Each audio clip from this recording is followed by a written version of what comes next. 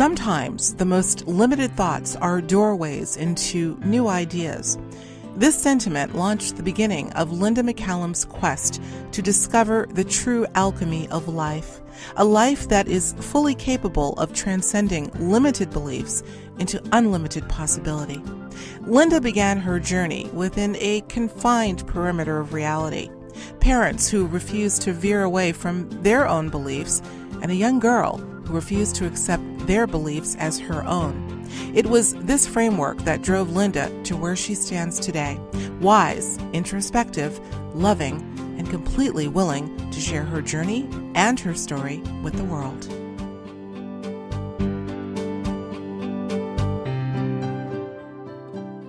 Well, Linda, I've got to say that our connecting was nothing short of being divinely inspired and synchronistic and time appropriate. I first learned about you during a talk in which you moderated with Simon Parkes, and I think many in our audience are probably familiar with Simon's work and his incredible insights into the human global agenda and the non-human force that has been at work in the background for many years, whether for better or worse. Linda, it was your own elegant approach to getting Simon to discuss matters that I'd not heard him discuss before, and your own perspective on life, past, present, and future, that drew me to contact you. And so we connected. We talked for, I think, well over an hour.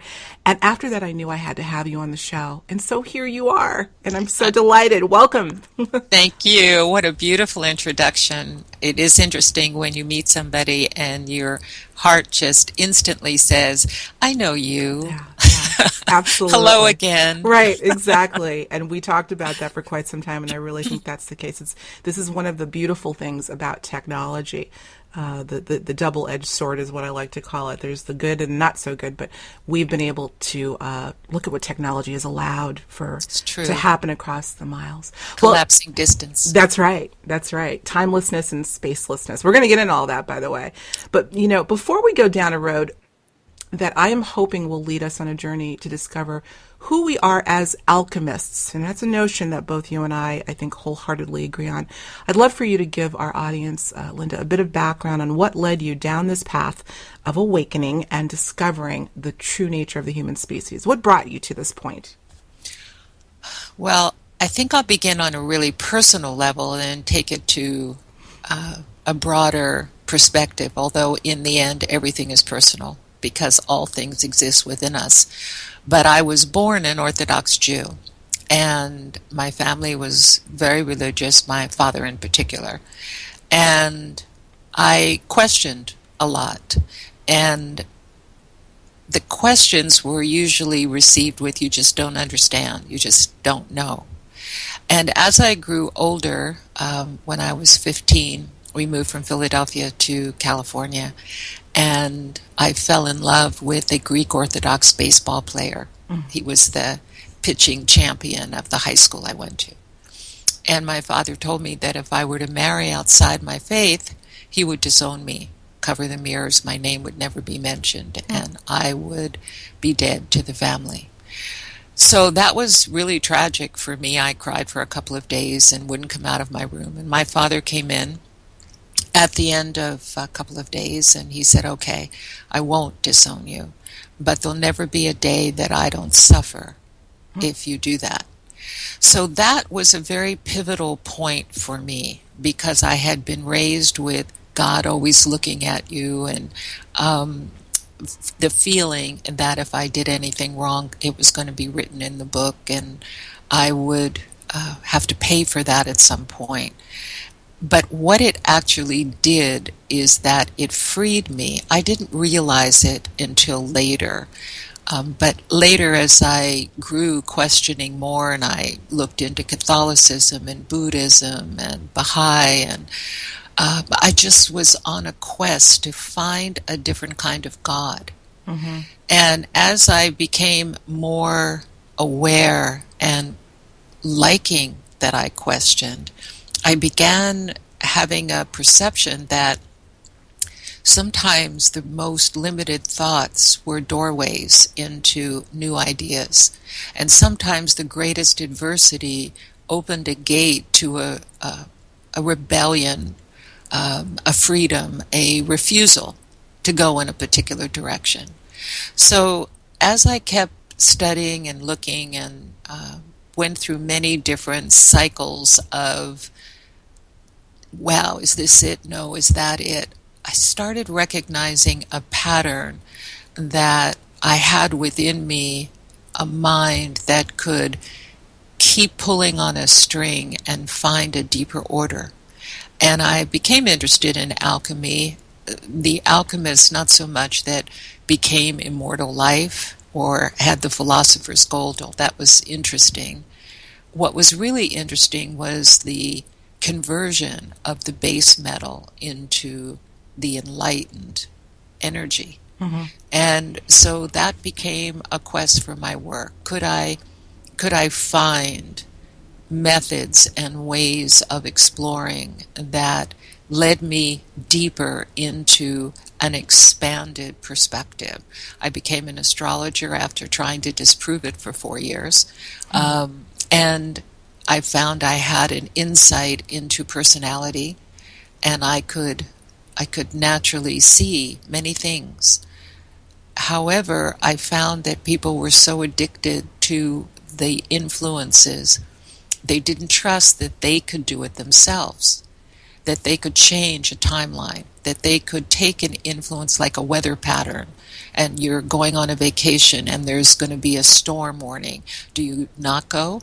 Do you instead take a good umbrella and some rain boots and an attitude of this is going to be an adventure? I mean, what do you do with that? And so I eventually gave up astrology as a career at the top of my game and began once again looking for ways that I could connect to spirit to show me a deeper order of possibility in this amazing consciousness that we have.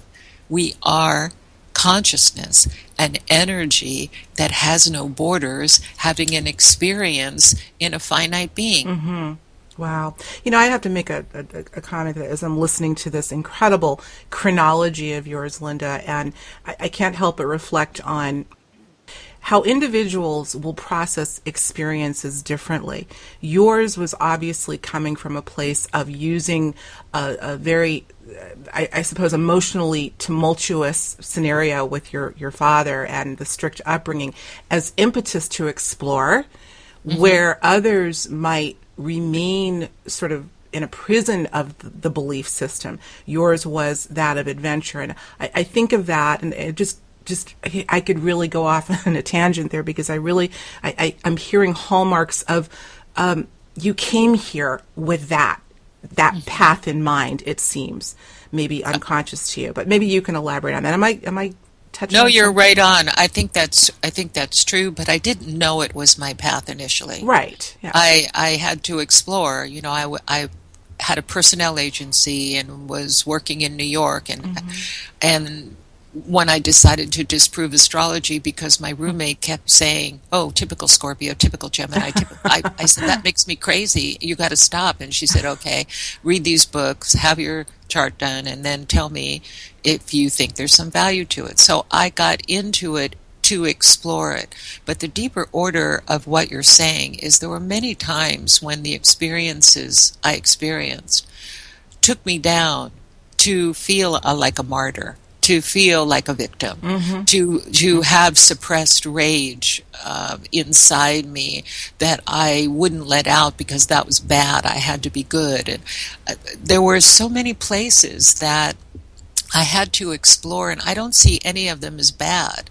I just see them as limited. I saw it written that it's in a book called The Alien Interview, which is quite interesting. But in this book was a description by the alien of, wow, we are so unlimited in our consciousness. Mm-hmm. Amazing. With imagination that is so broad and vast, we can create anything in our minds, like creating a gilded cage and putting a door on it, then putting a lock in it, and realizing we are in it, but we forgot we made the cage, forgot we made the door, mm-hmm. forgot we made the lock. Mm-hmm. Mm-hmm. And that was so clear to me that the times of my self-condemnation or feelings of unworthiness were layered beliefs over and over and over again that trapped me until I realized I was the one that interpreted what went on in this way. And the more we see things in a particular way, the more we find that same thing mirrored back to us. Mm-hmm. As you're talking about this, Linda, I'm thinking of the eminent, brilliant physicist David Bohm, who said, "We are beings without borders." Yes. I have always admired his approach, his erudite but still very fluid, literally fluid approach. He talks about we are like whirlpools in a stream. You know, you can't, you don't know where the stream ends and the whirlpools begin. We have identity, we just don't have distinct borders. And again, I believe you knew that inherently. Well, I believe that I did. And I also believe that I lost my way. And I came here to find my way again so that I could be the living truth of what I learned. Mm-hmm. I don't at this stage of my life want to be a teacher or a guru or a philosopher. I want to share what I've learned, and I don't know, maybe it will be teaching at times, maybe it'll be philosophy at times, but the idea is to offer someone who is what they know. And that is part of what I searched for in all the philosophies, searching in teachers. And when I met Ramtha, it was 1986, and the top of my head blew off. I mean, I can only describe it that way. It was just like, it was so incredible in its effect in me. And I had, as I say, been very successful as an astrologer and had investigated different philosophies and studied different books with different teachers. But nothing had the impact because that was a memory in my soul. And I was led there to learn a series of understandings that had basic tenets, which is, number one, behold God, you are God. Mm-hmm. And when Jesus said, ye are gods, behold God, the Father that is within me is within you. The concept that this lives within us, that we do not need to qualify, prove our value, to have God accept us. This was very different in its emotion for me. And the other is that consciousness and energy creates the nature of reality, which is a profound idea because there's no borders. That's right. I mean, we are the void. Yeah. We are the quantum field, and the observer does collapse the field, and we do have the ability to manifest what we are focused on from the quantum field. So obviously there is something dynamically powerful here. And the next quality is to go and make known the unknown. So when you think that your God lives within you, and consciousness and energy creates the nature of reality, which means your God's not a personality. That's right. It's not a man who is saying, if you don't do this, then you're a sinner and don't deserve me. And the third is we came here to make known the unknown. So when we fall down and we make a mistake and we fall on our face, and I have cookie crumbs all over my hand because my hand has been in the wrong cookie jar. If that's the case and I figure it out and now I have wisdom, was that a sin or was that enlightenment? Yeah. Love it. You know, I just want to clarify for our audience, you mentioned Ramtha for those, and I have a feeling a lot in our audience are familiar with the Ramtha School of Enlightenment and the name synonymous with that Jay-Z Knight who's channeled Ramtha, I believe, since the late 70s. Yes. So, almost 40 years. That's right. I can't believe it. And, you know, as I look at, I'm not that familiar with the specific teachings of Ramtha, although I am familiar with a major tenet in the teachings, and that is consciousness creating reality, which reminds me of, you talk about that moment where the top of your head blew off. For me, Linda, it was Seth, the Seth material, and yes. Jane Roberts. That was Yes. really a turning point for me. So that it's interesting how what we really see coming forth are perennial messages, timelessness in terms of these messages that I think have been inked in the annals of history, but existed far beyond books. This is perennial wisdom we're talking about. I think that perennial wisdom is frequency specific. That means that when you read the Seth materials, it was frequency specific to the deeper order of your soul and how your soul perceived reality, and perhaps you forgot it in your genetic. Yeah. And so we come into life and we are born into a particular genetic, and we have the model of our early years shaping how we will perceive our reality and what we expect, and then we have a soul path. And sometimes the soul path doesn't even show itself till later. And that soul path can really wreak havoc with our genetics. And we can find ourselves living on the outside or in conflict with a default programming and yet a sense of a deeper order. I mean, it takes a certain maturity to really begin to feel or connect to the soul path unless you have a lot of education in that when you're a child. Mm-hmm. Yeah, I'm thinking about that. And I think there's so many different scenarios by which individuals will touch this deeper order of reality. I'm very fortunate in that I grew up with a family that asked big questions all the time, and I was sort of nurtured in that regard. I think you and I may have touched on that when we last spoke, but that's not the case for everyone. That wasn't the case with you, and yet you found yourself magnetized toward that which I feel was in your, on your, path for multi lifetimes, perhaps. So, who's to say what the beginning point is? There is no beginning, really. Well, I think that what you just said, the last thing you said, I think is important to touch on.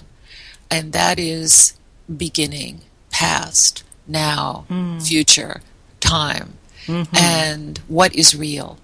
And the idea that we could, at this time in our life, because there is a great shift in consciousness going on, remember. I like that word, remember. That's right. Bringing back the members of who we really are, bringing back the awakening of what we came here to be originally. And in the game of separation, where we said we want to know what it is to discover life and experience life as a separate entity, we got caught. We got caught in the game. And then the work was to try to find our spirit again.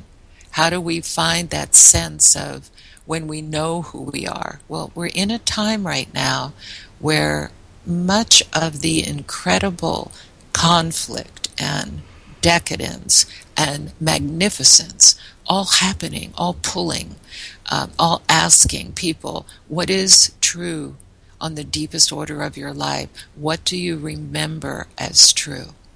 And sometimes people have it with an experience in nature. Sometimes they have it when they give birth. Sometimes they have it through suffering and loss, and all of a sudden they realize the extraordinary. I remember my father didn't believe in heaven, but he believed, of course, in God, but he didn't have a sense of heaven. And I would talk to him about that there is this great, wondrous world that your soul is a part of, and you're going to experience it. And he'd say, I don't believe that. But when he was in the hospital dying of cancer, I was visiting him, and my brother's name is Stephen, and I said to him, Daddy, I'm leaving now, and Stephen's going to come in just a couple of hours. He said, well, if I'm not here, just tell him I'm on the other side. I really like it over there. Oh, wow. Oh, so boy. It was an oh boy. I mean, my mouth dropped open. And I realized that however we get there, what difference does it make? That's right. Because the truth is there is no death other than of the body. The spirit continues. Spirit has talked to me. I have seen spirit. I have had experiences that show me that, yes, this 3D experience in the body does change in death, but the spirit continues. The love never dies. And there is no thought that dies. All thoughts continue. The thing is, do you wear them? What do you wear in your thoughts? What does your body hold as a greater truth than your deepest desires? How beautifully said. You have such a way with words and thought. Thank you. And expressing them so well. We could Now do... you're my best friend. My new BFF. Well, you are my new BFF. Don't tell my husband that, but you are. Listen, there's so many directions I want to go in, but I want to just touch on this because I think there is a tangential relationship with what we're talking about in terms of dimensional reality. And I want to get deeper into timelines and dimensional reality. But I want to touch on a few points, Linda, that came up during your talk with Simon Parkes, because these sorts of things came up. For our audience, if you haven't had a chance to watch this absolutely excellent discussion, I'd encourage you to do so. And what I'm going to do is put a link below this interview so you can get to this particular talk. Tell me the name of it again. It's Heart to Heart. Heart to Heart, Yes, which is September perfect. 20th. Yep. So relatively recent. Simon had some explosive things to say. He's a very dynamic man and very interesting. Yes. and very courageous. But one of the scenarios that came up is Simon was discussing the reality of what we've been faced with on this planet is what has been referred to the archonic influence and how prevalent that is. I don't want to spend too much time on it, but in the context for which we're talking and how this, quote, archonic influence may be messing with us. What is your understanding about the Archon Force? What is this from your perspective? Well, from what I understand, the Archons are a mind that do not have bodies, and they influence the reptilians. They influence us with the ability to hold frequencies and to send frequencies of fear, of vulnerability, fragility, powerlessness. There's so many things that have happened once you start waking up, and I was slow to wake up to this because I don't like conspiracy theorists. I don't like the feeling that you have to be afraid and you have to be on alert every moment. I found I couldn't function that way, and on the other hand, there were things going on that I knew that I had to pay attention to. And one of the things I adored about Simon was that he had a way of telling you what they were doing, which was not fear-based, but kind of woke you up to the message. For example, I mean, just to give you an example, there's nothing that makes me crazier. I'm not sure I should say that, than listening to pharmaceutical ads on the television. Here we and go the again. reason is I had my mother, father, and younger sister died of cancer, and I took them through that and all the chemo and I used to read 10 pages of side effects from the drugs that they took, and death was common as a side effect. So when I hear that, while I'm looking at someone so happy and so sexually active and so pretty and so wonderfully healthy, and I'm listening to the side effects, and people accept it. They accept it. I even spoke to a dear friend who's a doctor, and I said, how can you even listen? They say, well, it's really a small amount of people. I went, what difference does it make if it's going to kill you? So I'm using this example of how we have been programmed to believe that feeling better, a little better than what your disease is, than what your issue is, may be worth the drug. Now, there are some drugs that are life-saving, truly. There are some fabulous medical discoveries which we are blessed to know about. But I say that the habit to take a pill right away, I don't care, I just don't want this problem anymore, without even realizing how you're going to have to take that drug for the rest of your life, or how those side effects grow stronger every year. Yeah. And some of them, anyway, that was just an example, and an ability to continually show us that we are vulnerable and that we have to follow rather than consider what would be best for ourselves.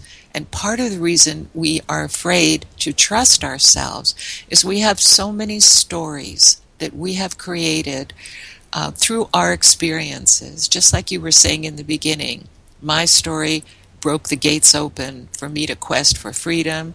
That same story could have someone say, there's nothing I could do. I've lost everything, so I'll live a life that I don't want to live. Which is many people's story, yeah. Yeah. So what we have is, let's wake up and actually listen to what we automatically follow. Did you happen to see the movie Tomorrowland? You are like the third person that's mentioned that in the last couple of weeks. I haven't, and I'm going to at this point. Please do, because Yes. it's a video and you can rent it out. It came out in video now. I recommend it to your audience. It is an amazing insight. And if you look at it from the perspective of an insight into control mechanisms, whether those controls are through chemtrails or they're from frequency bombarding of particular thoughts, for example, I use a funny story. When I go to LA to work, I see clients in Los Angeles. When I go to LA to work, I tell my clients I'm there 3 days and I think I'm fat and need to shop. And it is a program. I mean, of course it's a program, yeah. Yeah, you got to look a certain way, you got to weigh a certain amount, you got to have the right clothes. And I lived there for 19 years, and I didn't know I was the program till I moved away. Yep. I lived there too. That's another story. Because I was a model and a wannabe actress, which I realized I didn't really want to be. That's another story. I think it was in my leaving so quickly that also was part of waking me up that I didn't want it that bad. But yeah, it is a program indeed. So we have to wake up to the programs. We have to make choice. It's okay if you want to do it. I lived in LA. I followed, the rules of how to look and how to live, and I loved it. I love that I did that. I know what it is. I experienced it, and that was great. I'm not negating it. I'm only saying it never occurred to me that I could truly know my value without that. That's right. Oh, sure. Well, as they say, nothing is in vain. It certainly doesn't have to be. Not one thing.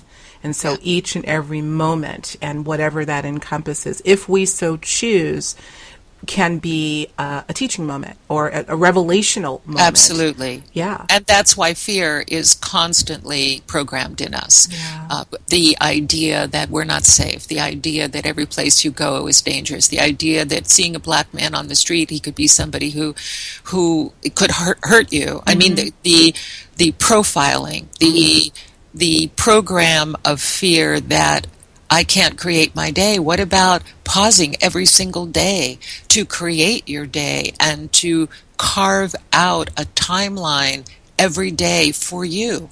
You have the power to do that. You have the power to decide what your day is and not be just someone who has to defend yourself against powerful entities who have 5-year plans, and they've already decided how you're going to suffer and how your food is going to get unsafe and how GMOs are going to be able to remain because the industry is so big. And then the next thing is this food isn't working and this food isn't working, and you have to be careful.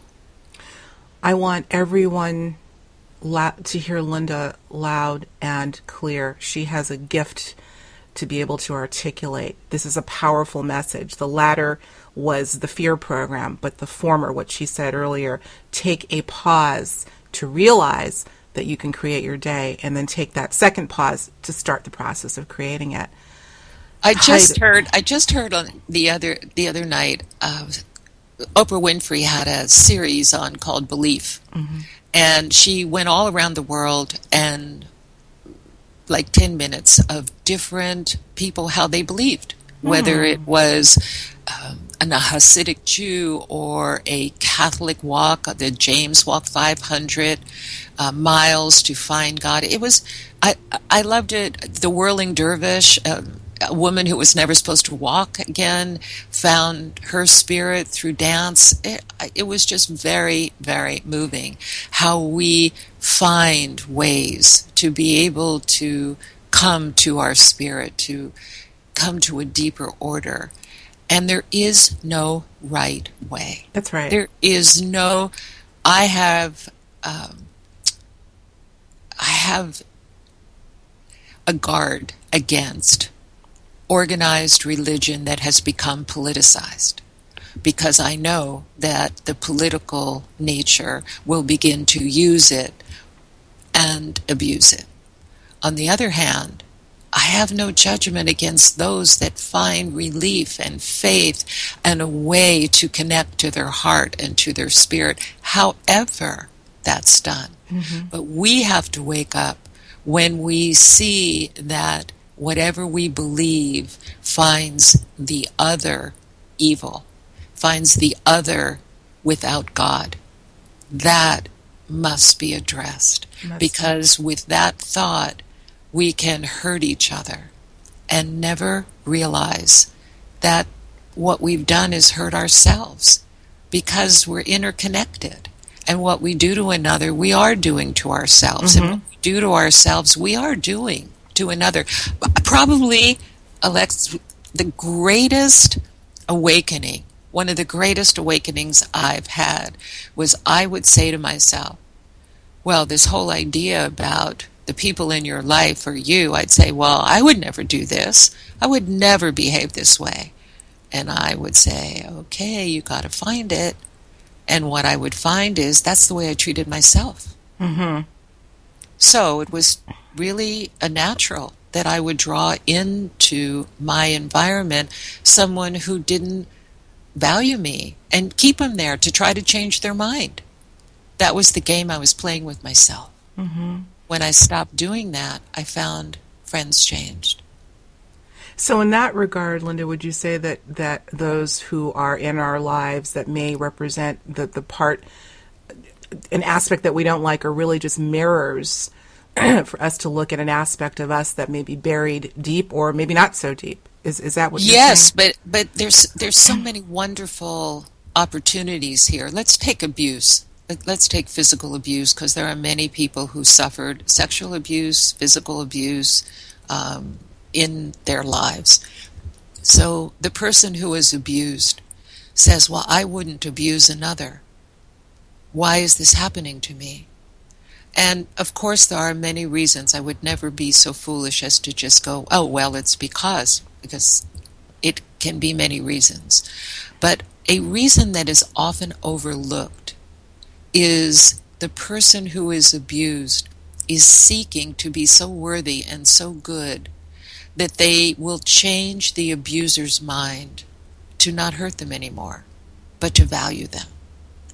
And so they believe that their willingness to go through this, to forgive, to allow, to go deeper into the hope that they can be valued, they see as love. Sure. And as long as they're seeing it as love, they can't free themselves, because they just go from one situation to another. So the question becomes, is it true that the only way I can really know love is the way I experienced it as a child? Is the only way I can know love is the way my father treated my mother, or my mother treated me? Is that the only way? Is it instead that I never really learned that loving myself and valuing myself and honoring myself was the beginning of a deeper order of love, because God lives within me, Spirit lives within me. Spirit is the glue that allowed me to be able to express and change in life, to make known what I haven't known. Those are the biggest questions that deserve meditating on. Yeah. And I, again, implore the audience to take the time to listen to Linda's eloquent words and allow them to resonate for you, because I think if you take the time, they will. They will. Well, I wanted to say one more thing here. Please, you can say more than one more thing. We still have some time. This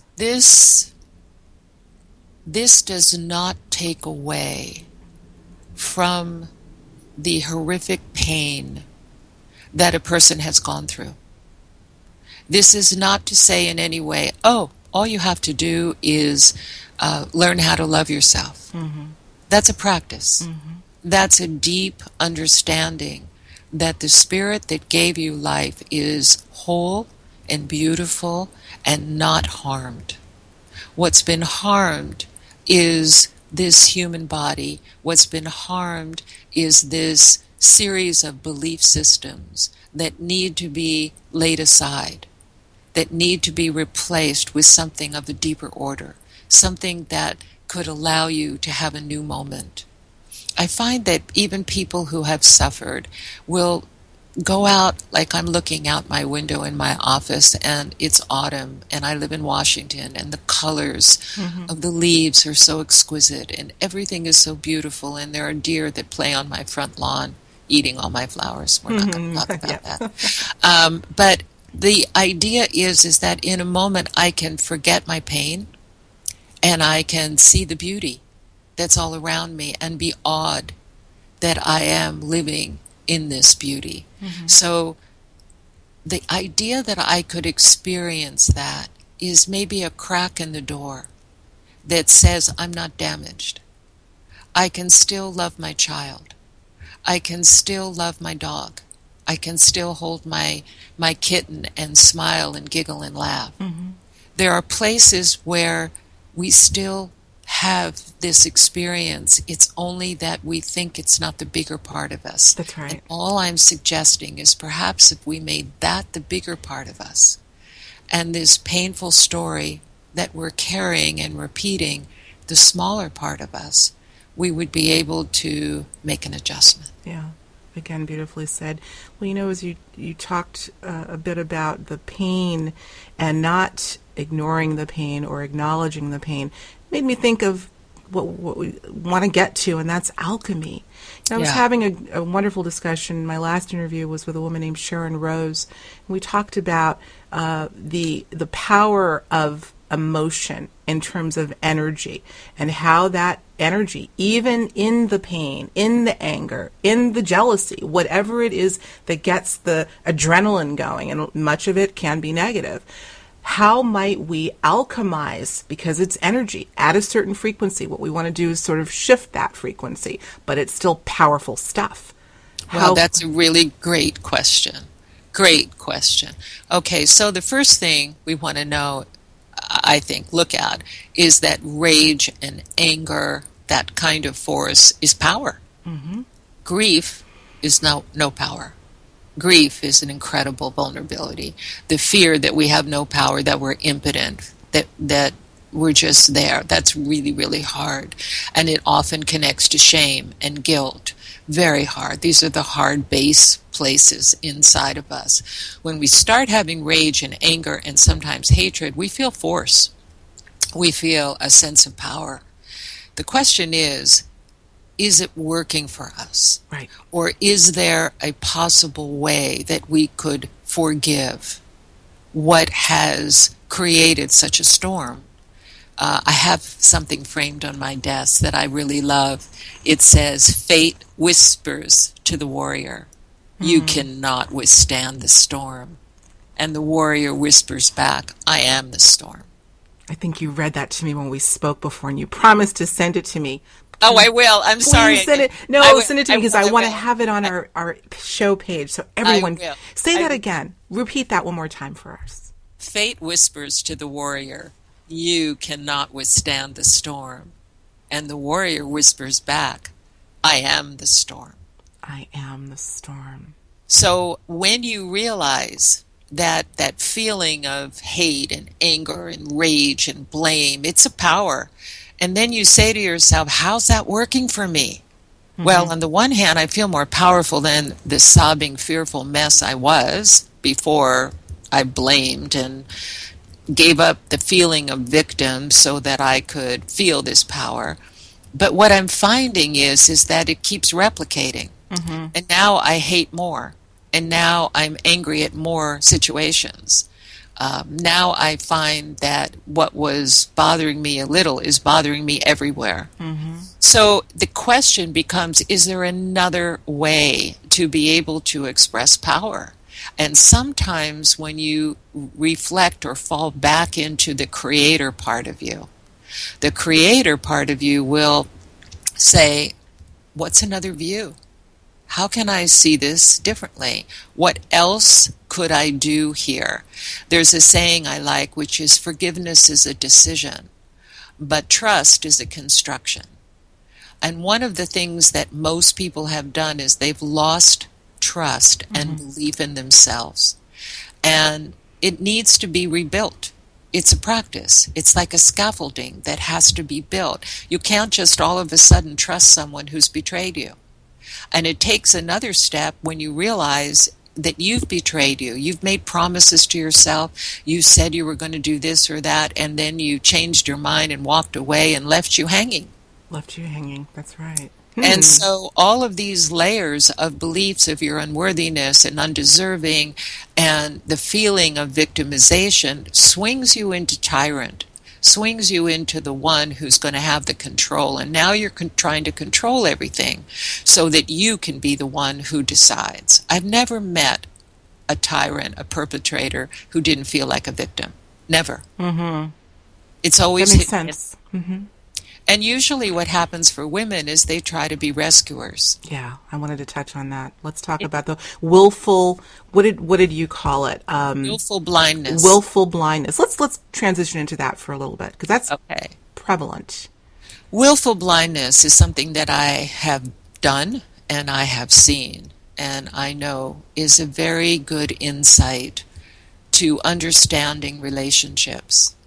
When you love somebody and you see a weakness in them, you see a darkness in them, you see a cruelty in them, many times what you'll do if you feel that you don't want to lose them or leave them is you will just make an explanation for it, or you just really won't pay attention to it, or you'll look at the other side and say, yes, but that's only when he's drinking. Mm. Or normally my child is very kind. Or yes, my father did this, but he was really a wonderful man and he really loved me. And so the willful blindness cuts off the awareness of an area that should be addressed. It shouldn't be the only thing. It's just we need to see what is. We need to see what actually is happening. And to understand what's actually happening, we can then make choices. Just because you see someone's weakness doesn't mean you have to leave them. But it does mean that you're not vulnerable to that weakness. Mm-hmm. You're not pretending it's not there and making yourself the problem. When we're children, the problem is, oh, it's so cute, a little baby deer just ran across my front lawn just as we were talking about this. Isn't that when we're children, we think the whole world is because of us. Uh-huh. So all of the things that are happening in those early years, we assume is because of us. So if there is abuse, if there is a sense of dismissal, then, and for whatever reason, the sense that, well, this is who we are and this is all we are worth. And so whatever has been undone in the soul or in the psyche has a chance to come through.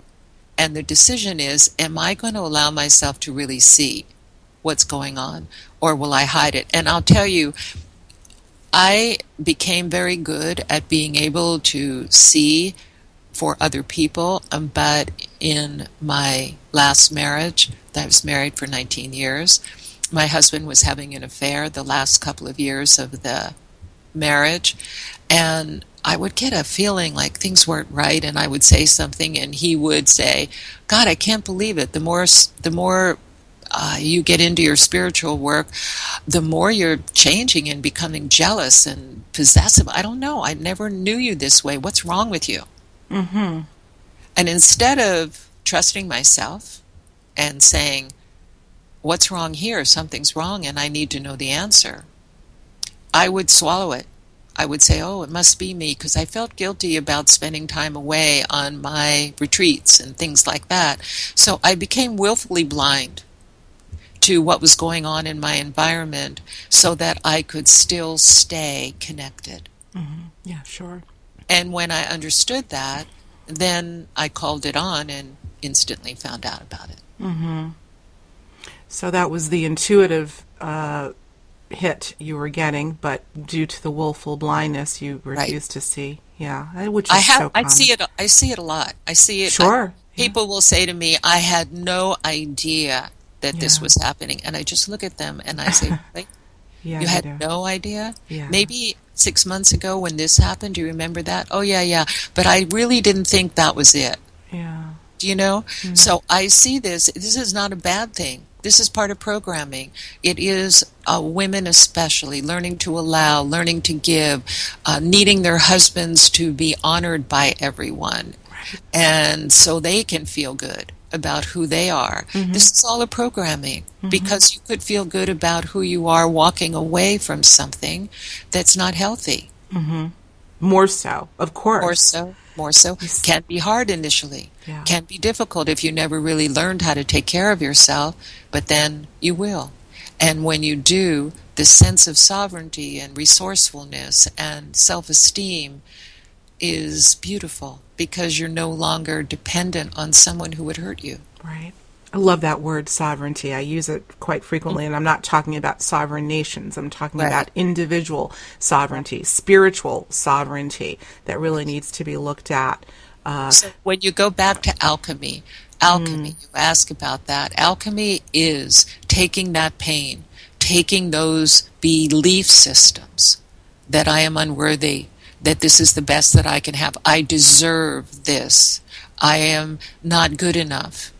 And then you begin the process of awakening. Then you begin to realize, how could I be unworthy if God lives within me? If Spirit is animating me and giving me an opportunity to make known the unknown, how could I be unworthy? My behavior can be unworthy, for sure. I can make terrible choices in judgment, absolutely. And I can learn from those and not do that anymore, or find a much better way to proceed. That is life. And is there such a thing as being unworthy to learn? No. Unworthy. Yeah. Well, these are conversations that we all need to have with ourselves. Some of us have it. Many, again, don't.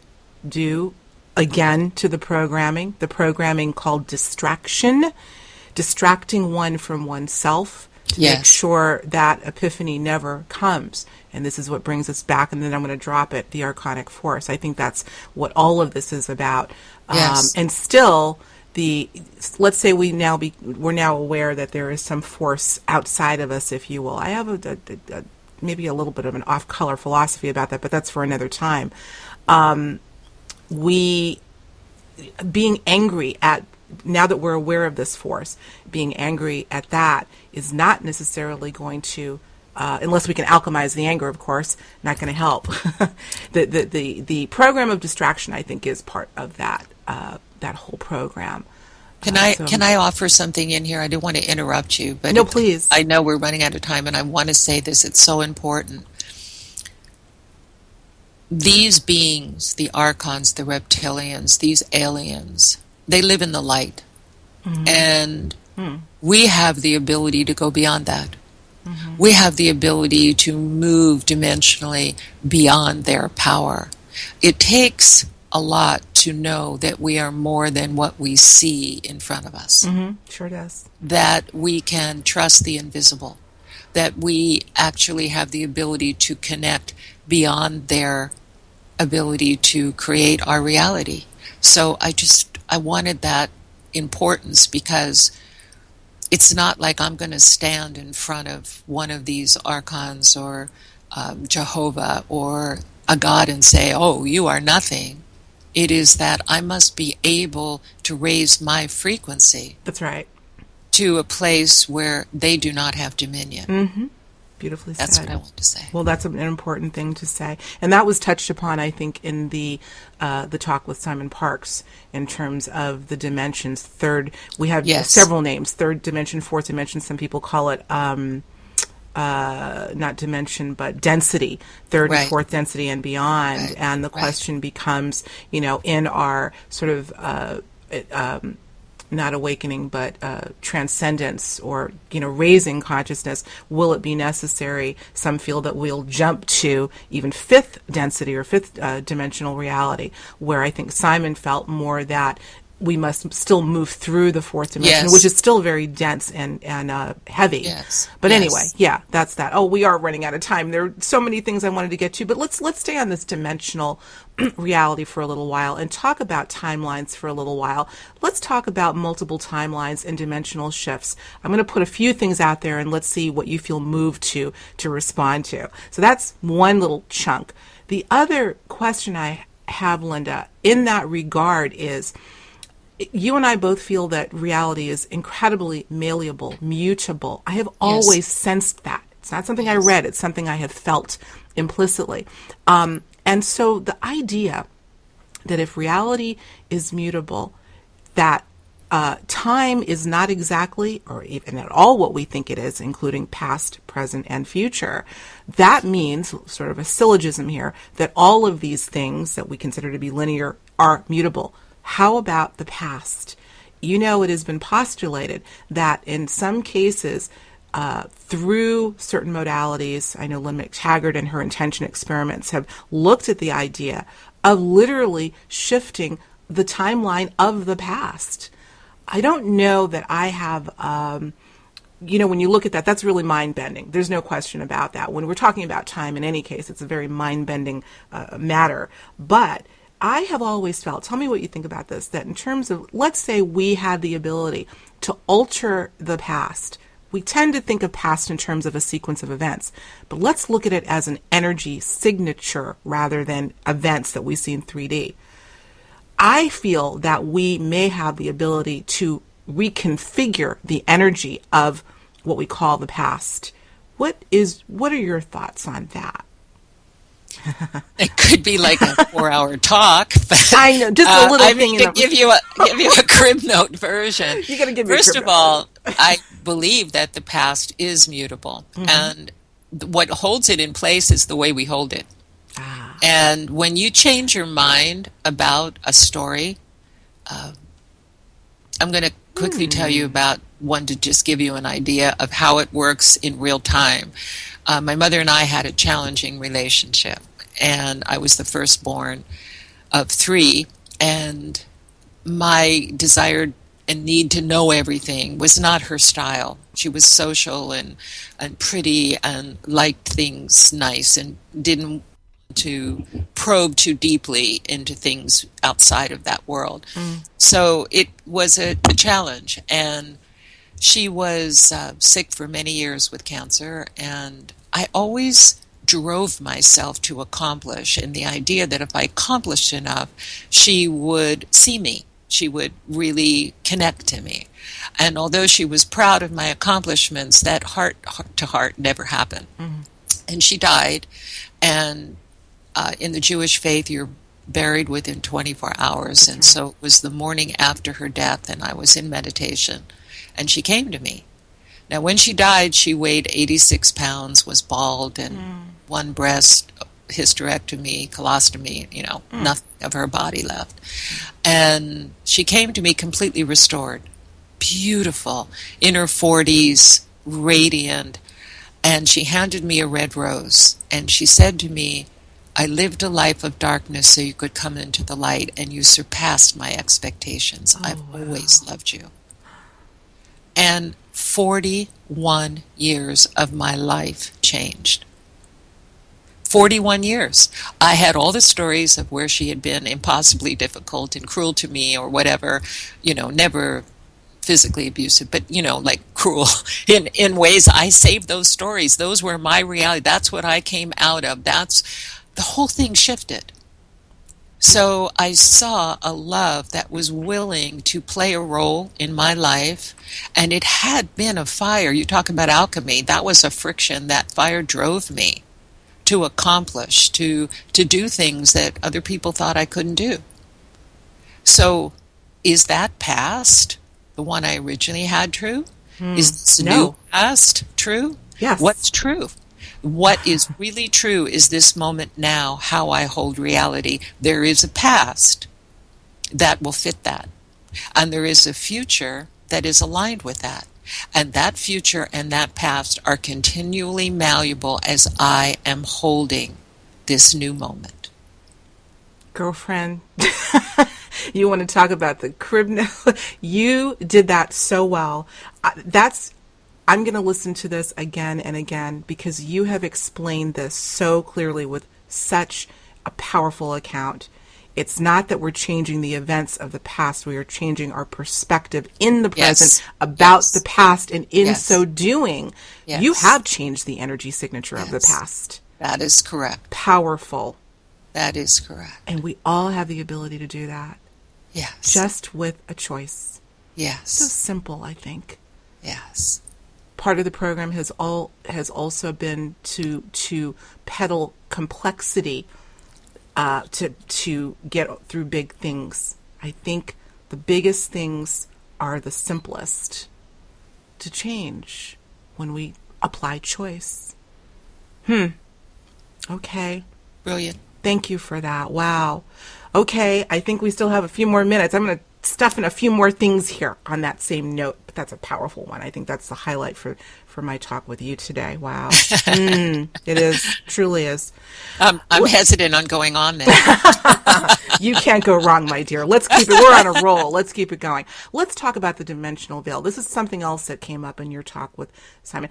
Now you can see why. I've seen this heart-to-heart talk probably about 3 or 4 times at this point, and I just knew that you just hit on so many things that we share such a similar philosophy on, and that is the thinning. One of them is the thinning veil.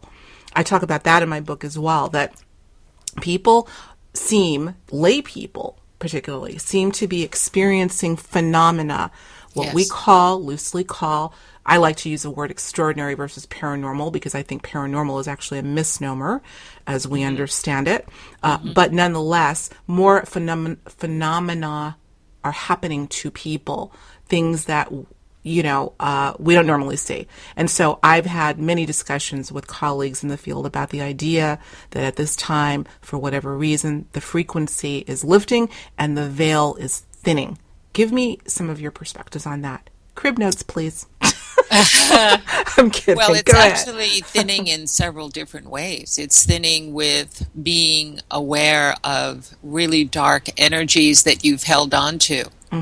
And that is a serious issue because all of a sudden you're kind of aware of this part of you that has struggled. And what's important is to know that the beauty of hope, the beauty of new possibilities, the beauty of finding a way to connect to a new moment, that's essential. That is what you have to focus on. You have to wake up. You don't have to, but I really seriously suggest it. Wake up and claim joy. Wake up and claim that this day you're going to know what you haven't known. This day, you're going to allow something magically new to happen. When I first started creating my day, I would put in, at some point in this day, I'm going to laugh. I'm going to laugh so hard, I'm going to hold my belly, and tears are going to come out of my eyes. And I would forget about it, because I had really big things I was creating. But somewhere along the way of the day, 5 o'clock, 6 o'clock, maybe in the evening, somebody would say something, and I would laugh and find myself holding my belly and saying, I created that. That's right. And it was an inspiration. So all things are happening quicker now. Everyone says there's no time. Everything's happening so fast. And we become aware of our thoughts. We become aware, I'm on automatic.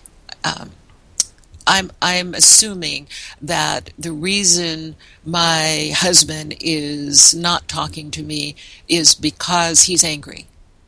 Well, maybe he's not talking to you because his boss was talking about maybe he needed to be fired.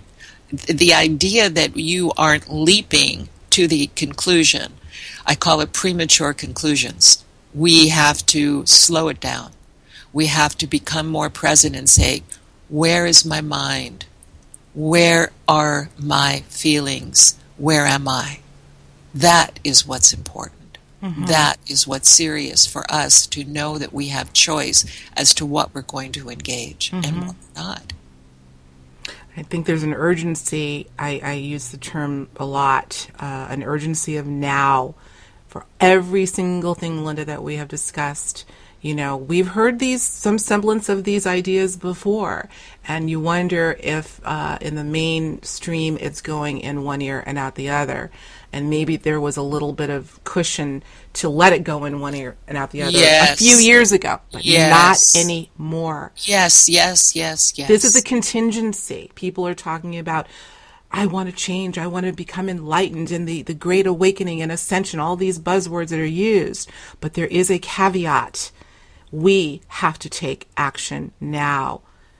And personal responsibility. Personal responsibility. There is no action you will take that does not have consequences. Mm-hmm. Some of them you may not know. Mm-hmm. But if you are taking it from a sincere place and the intention is to make better, the intention is to honor, the intention is to be in alignment with what you say is so, then whatever happens, you're going to learn, you'll make a correction. You know, the word sin was an archer's term, and it meant off the mark. It did not mean burn in hell. It did not mean you will be judged forever. It was off the mark. Go take another shot. That's what it is. It's a self-correction. It's a way for you to say, I didn't quite do that. I know sometimes when I want to tell the truth of what I'm feeling to a really close friend, I may start out with, well, I really wanted to talk to you about this. I know it may be difficult, you know. And I go, well, look at all the excuses you're making just to tell your truth. Yeah. It's because we have to learn how. We have to learn how to say, but what I really feel is this, or no. To know that no is a complete sentence, no. And to know that your no means no, that's big, because we go, I am powerful, aren't I? And so when we're doing it that way, we're always vulnerable. It's time for us to take that step and say, what I do, I could allow to have written across the sky. Well, I have one complete sentence for you, Linda McCallum, and that's yes. Exclamation point. Yes. Ah, so sweet. Beautiful. Thank you. Well, listen, we've run out of time, but before we disconnect, I want to make sure that we get your website. Yes, it's Linda McCallum, McCallum, alchemy.com. And what can they find there? I know you get a lot of good content and some great stories and some great quotes. And they can also connect with you if they want to. Yes, they can connect for me for sessions, because I do individual sessions as well, and the information is on the website. Okay. Well, I would so suggest you go there. We'll make sure to have that linked as well. And I'm going to be quoting you for, I think, years to come. Oh, you're so sweet.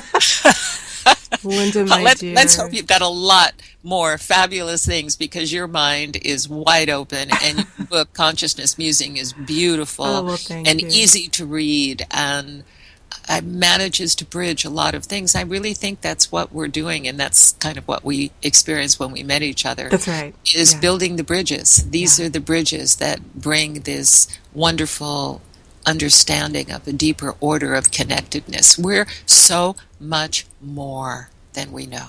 Oh my God. So much more than the story, so much more than the genealogy, so much more than our ancestry, so much more than whatever happened in our past, so much more. And now's the time to remember. Yes. Exclamation point. I'm sticking with that. God bless you, Linda McCallum. We thank you so much. Love you, Alexis, too. Take care. There's always a crack in the door that says, I'm not damaged. It's all in how we process experience and how we alchemize it. Linda feels, as do I, that we are all alchemists at our core. But in order to go about the business of turning base metals into gold, as it were, it takes a deep look, a profound reflection, and a willingness to take action of what we've witnessed once the door has been opened.